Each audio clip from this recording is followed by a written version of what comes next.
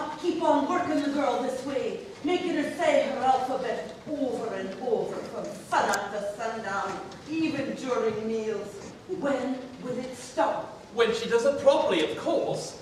Is that all, Mrs. Gillis? No, sir, the mail. Pay the bills and say no to the invitations.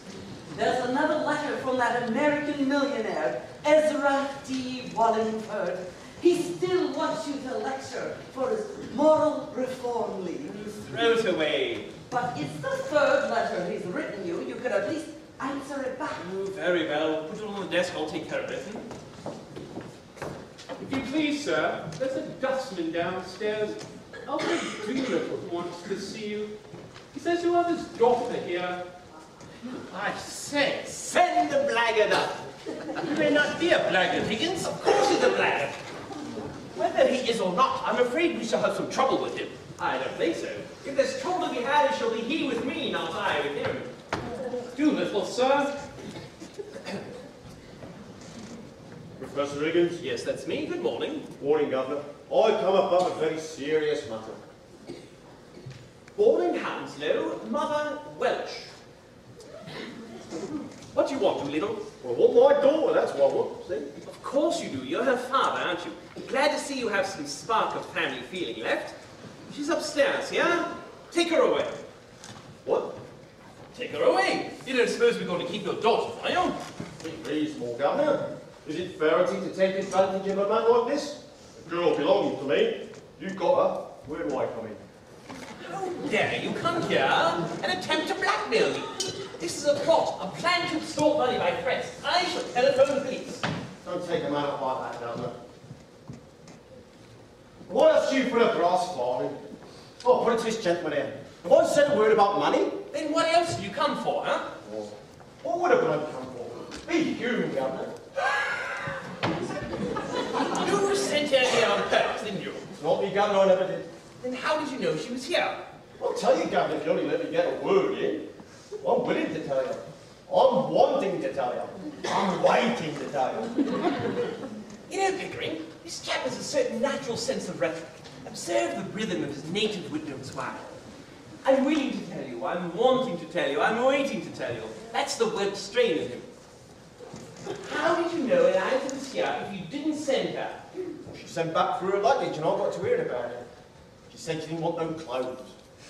What was I to think from that, Governor? As a parent, what was I to think? You came here to rescue her from worse than death. Just so, Governor, that's right. Mrs. Pierce, Eliza's father has come to take her away. Give her to him. Well, wait a minute, Governor, wait a minute. You and me as men of the world, ain't we? Oh, men of the world, are we? You'd better go, Mrs. Pierce. Yes, indeed, sir. Governor, I've taken a sort of fancy to you and... Well, if you want the girl, I ain't sitting having her back home again, but what I might be open to is an arrangement. You're the last man alive to expect me to let her go for nothing. Well, I can see you're one of the straight sort, Governor, and what's a £5 note to you and what's Eliza to me? I think you ought to know, Doolittle, that Mr. Higgins' intentions are entirely honourable. Of course they are, Governor. If I thought they wasn't, I would have asked for 50. Do you mean to say that you would sell your daughter for £50? Have you no morals, man? No. I can't afford him, Governor. Neither could you if he was as poor as me. Not that I mean any harm, mind you, but if Eliza's going to get a little bit out of this, why not me too, eh?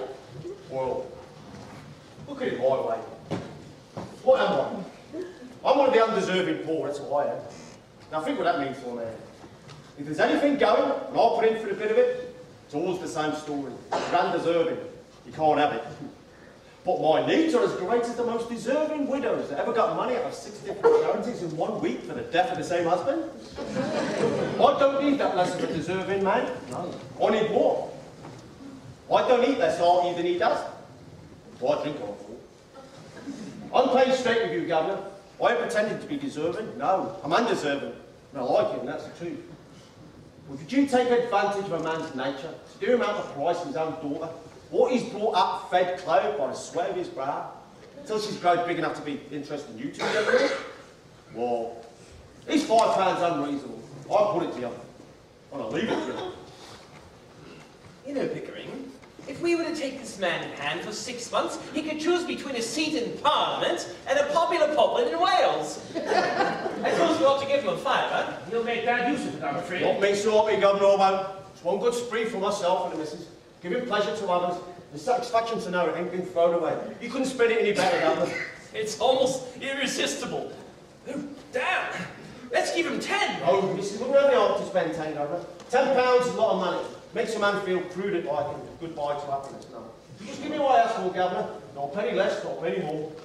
I'd rather draw the line at encouraging this sort of immorality. Doolittle, why don't you marry that missus of yours? After all, marriage is not so frightening. You married Eliza's mother. You told that, Governor. Well, nobody told you. I concluded naturally. Pickering, if we listen to this man another minute, we should have no convictions left. £5, I think he said. Thank you, Governor. I won't! Beg pardon, miss? I won't say those ruddy vowels one more time. Blimey, it's Eliza. I never thought she'd clean up so good looking. She does me credit, don't she, Governor? Hey, what are you doing here? You hold your tongue. Don't you give these gentlemen any of your lip. There's no big problems with her, Governor. Give a few licks at the strap. That's the best way to improve her mind. Morning, Governor. Dear Eliza. Now there's a man for you. A philosophical genius of the first water. Mrs. Pierce, write to Mr. Ezra Wallingford and tell him if he wants a lecturer to get in touch with Mr. Alfred Pickering, common dustman, but one of the most original moralists in all of England. Yes, sir. Hey, what did he come for? Say your vows. I know me vows. I knew him before I come. If you know them, say them. I-E-I-O-U. Stop! A-E-I-O-U. That's what I said. I-E-I-O-U. I've been saying them for 3 days and I won't say them no more. I know it's difficult, Miss Doolittle, but try to understand. No use explaining, Pickering. As a military man, you ought to know that. It's drilling she needs. You best leave her alone or you should be turning to you for sympathy. All right, if you insist, but have a little patience with her, Higgins. Go. Say A. You ain't got no heart, you ain't. A. I. A. I. A. I. A. I. I.